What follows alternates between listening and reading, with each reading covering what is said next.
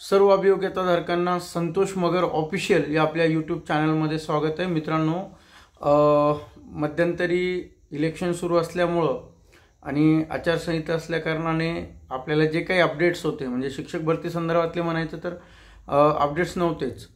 त्यामुळं अनेक दिवसापासून मला वाटते 14-15 दिवस झाले असतील त्यानंतर हा व्हिडिओ मी बनवतोय। खरं तर आता आचारसंहिता संपलेली आहे।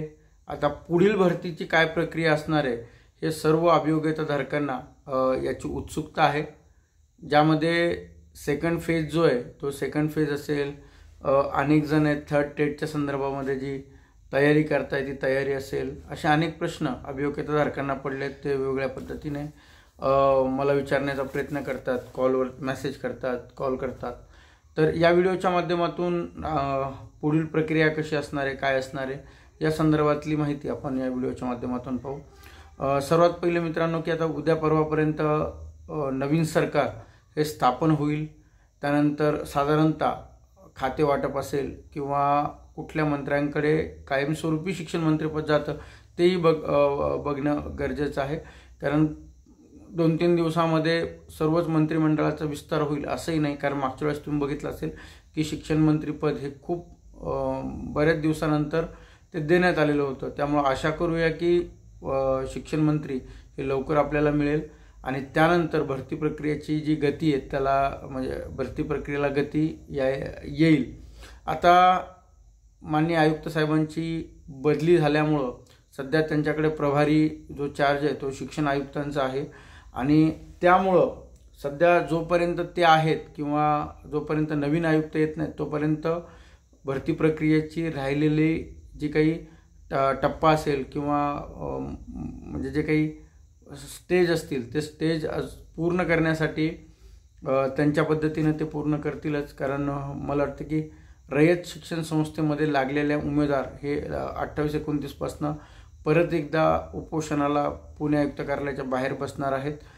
त्यामुळं पहिला प्रश्न आहे की आता या मुलांचं समायोजन कुठं होईल हे सुद्धा बघणं गरजेचं आहे। जवळपास 20 जिल्हा परिषदेने जागा दिलेल्या आहेत। त्यावेळेसची माहिती आहे की 20 जिल्हा परिषदेने जवळपास जागा दिलेल्या होत्या। दुसरी आनंदाची गोष्ट होती की 500 जवळपास जागा ह्या स्वामी संस्थेने त्या ठिकाणी दिलेल्या आहेत किंवा ते देणार आहेत। आता 500 जागा जर स्वामी संस्थेने दिल्यात आणि अशी मागणी स्वामी संस्थेने केलेली आहे, रयतचे जे मुलं लागलेले आहेत ते मुलं आमच्या स्वामीमध्ये समायोजन करण्यासाठी आमची काही हरकत नाही।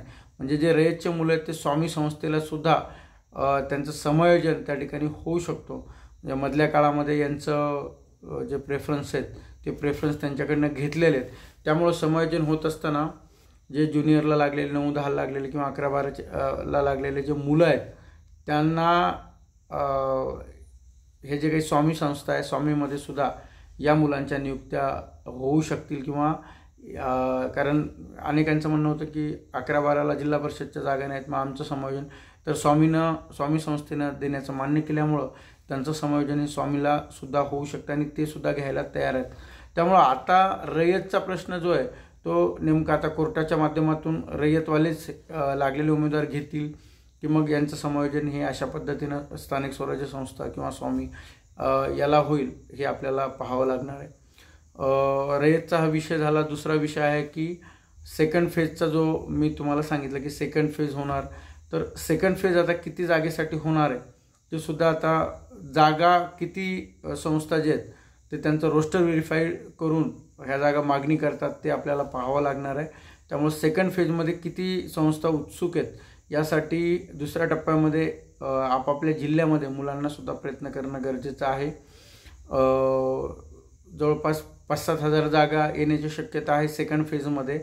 जर माननीय शालेय शिक्षण मंत्री परत एकदा दीपक केसरकर साहेब जर झाले तर त्यांनी जे काही सांगितलेलं होतं की सेकंड फेजला आम्ही एवढे कॅन्डिडेट भरू, तर ते तेवढी कॅन्डिडेट हे 100% त्या ठिकाणी भरल्या जातील। त्यामुळे आता मंत्री महोदय कोण येतील हा पाहण्याचा एक म्हणजे उत्सुकतेचा विषय। त्यामुळं पुढची गती हे नवीन मंत्रिमंडळ स्थापन झाल्यानंतरच त्या ठिकाणी होईल। थर्ड टेटचा विषय जो आहे तो कोर्टामध्ये अजून पेंडिंग आहे। त्यामुळं असं काही क्लॅरिफिकेशन म्हणजे स्पष्ट असे काही ऑर्डर्स कोर्टाचे नाही आहेत। त्यामुळं थर्ड टेट जे आहे ती थर्ड टेट नेमकी केव्हा होणार आहे आणि कशा पद्धतीनं होणार आहे, कारण मध्यंतरी तुम्हाला माहिती आहे की माननीय शिक्षण मंत्री महोदयांनी जिल्हास्तरीय भरती करण्यासंदर्भातले आदेश दिलेले होते आणि त्याचं जे काही आपण त्याला म्हणतो ठराव म्हणण्यापेक्षा जी काही मागणी असते किंवा जे काही अहवाल, तो अहवाल 1 महिन्यामध्ये सबमिट करण्याची सूचना त्यांनी दिलेली होती. मध्यंतरी काळामध्ये आचारसंहिता लागल्यामुळं तो अहवाल गेलेला नाही. त्यामुळं आता ह्या गोष्टीला सुद्धा गती येईल. त्यामुळं पुढची भरती प्रक्रिया ही नेमकी कशा पद्धतीनं होईल, जिल्हास्तरीय होईल की अजून काही होईल, किंवा अनेक जण विचारतात की सर आम्ही अभ्यास करताना कसा करायचा, कुठल्या पुस्तक वाचायचे, काय करायचं. तर मित्रांनो, 2017-19ची भरती जी झाली होती त्यामध्ये अभ्यासक्रम हा वेगळ्या पद्धतीनं होता. आत्ताचा अभ्यासक्रम हा वेगळ्या पद्धतीने, कारण ते TCSला दिलेलं होतं काम. तर पुढच्या IBPSला दिलं होतं. IBPSला दिलेलं होतं ना. IBPS ही बँकिंगच्या परीक्षा कंडक्ट करत असल्यामुळं ते जे काही प्रश्न होते ते बँकिंग लेवलचे प्रश्न होते. आता उद्या जर TCSला गेलं तर TCSची पॅटर्न वेगळा आहे. आणखीन एखाद्या थर्ड पार्टीला गेलं तर त्यांचा पॅटर्न वेगळा असू शकतो. त्यामुळं अभ्यासक्रम काय करावा या संदर्भातले स्पष्ट जे काही सूचना आहेत त्या आता सध्या देता येत नाही, कारण जोपर्यंत ते काम कोणाला मिळतं ते आपल्याला पाहावं लागेल. उद्या MPSCला दिलं तर MPSC वेगळ्या पद्धतीनं प्रश्न विचारते. तर जोपर्यंत ते काम कुठल्या एजन्सीला दिलं जाईल त्यानंतरच पुढील प्रक्रिया ही त्यामध्ये ठरणार आहे. त्यामुळे थर्ड टेट संदर्भामध्ये सुद्धा आगामी 1 महिन्यामध्ये पुढील अपडेट्स कळतील. तोपर्यंत होणार आहे का, जानेवारीमध्ये होईल का फेब्रुवारीमध्ये होईल, अजून असं काही स्पष्ट नाही आहे किंवा कोर्टाचे असे काही ऑर्डर्स नाही आहेत. त्यामुळं थर्ड टेट नंतर होईल, परंतु त्याआधी सेकंड फेजचा जो काही टप्पा आहे तो टप्पा त्या ठिकाणी राबवला जाईल आणि त्यासाठी जास्तीत जास्त संस्था येण्यासाठी आपापल्या स्तरावरून ते प्रयत्न करणं गरजेचं आहे. मला वाटतं की अजून 2-3 महिने आपले शिक्षण आयुक्त साहेब हे राहू शकतात आणि 2-3 महिन्यामध्ये त्यांची बदली त्या ठिकाणी होईल, कारण तो प्रभारी चार्ज आहे. नवीन मंत्री आल्यानंतर नवीन आयुक्त त्या ठिकाणी येतील, परंतु जोपर्यंत शिक्षण आयुक्त असतील तोपर्यंत ते गतीनं काम करतील आणि लवकरात लवकर भरती प्रक्रिया पूर्ण करण्याचे प्रयत्न त्यांच्या माध्यमातून असतील. आणि बाकीचे सुद्धा जे उमेदवार आहेत त्या उमेदवारांसुद्धा आपापल्या जिल्हास्तरीय प्रयत्न जेवढे करता येतील, संस्थेवर जाऊन करता येतील तेवढे प्रयत्न करा. कारण आंदोलन किंवा पुणे असेल, मुंबईत आंदोलन करून उपयोग नाही, कारण भरती प्रक्रिया जी आहे ती राहिलेलं सेकंड फेज हे शालेय शिक्षण विभाग फास्टमध्ये करणार आहे. परंतु जर त्या जिल्ह्यातील रोस्टर ज्यांचे अपडेट झालेत त्यांनी जर लवकर जागा दिल्या तर ती भरती प्रक्रिया सेकंड फेज हा लवकर होऊ शकतो. त्यामुळे ती एक काळजी घ्या. बाकी जे काही करता येईल किंवा प्रशासनाशी संपर्क करून किंवा त्यांच्याशी अधिकाऱ्यांशी संपर्क साधून जेवढं काही करता येईल तेवढं निश्चितपणे संघटनेच्या माध्यमातून आम्ही सुद्धा करण्याचा प्रयत्न त्या ठिकाणी करू. थर्ड टेट संदर्भामध्ये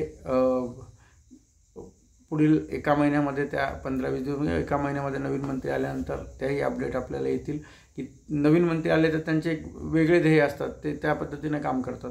त्यामुळं नवीन मंत्री आले तर ते कशा पद्धतीने निर्णय घेतील ते आत्ता सांगता येणार नाही. त्यामुळं मंत्रिमंडळ विस्तारानंतरच यावरती बोलता येईल. बाकी तुमचे काही म्हणजे प्रश्न असतील किंवा काही विचारायचं असेल तर तुम्ही कमेंट बॉक्समध्ये विचारू शकता, किंवा एखाद दिवशी ज्यावेळेस मंत्रिमंडळ विस्तार होईल त्यानंतर आपण लाईव्ह घेऊया, जेणेकरून अनेकांचे जे काही प्रश्न आहेत ते प्रश्नाचे उत्तर आपल्याला देता येतील. अनेक जण अशी मागणी करते की सर आमचं एज बार आम्ही झालेलो आहेत, आता सेकंड फेजमध्ये आम्ही भरतीच्या बाहेर त्या ठिकाणी पडणार आहोत, तशी काही सूचना शालेय शिक्षण विभागाने दिलेली आहे किंवा तसं माहिती कळते. तर निश्चिंत राहा. यासाठी सुद्धा ज्यांचे एज बार झालेले आपल्याला काही करता येत असेल तर निश्चितपणे आपण त्यासाठी सुद्धा करूया. अजून काही अपडेट असतील, आता डेली अपडेट्स आपण या चॅनलच्या माध्यमातून निश्चितपणे पाहूया. ज्यांनी चॅनलला सबस्क्राईब केलं नसेल सबस्क्राईब करायला विसरू नका. धन्यवाद.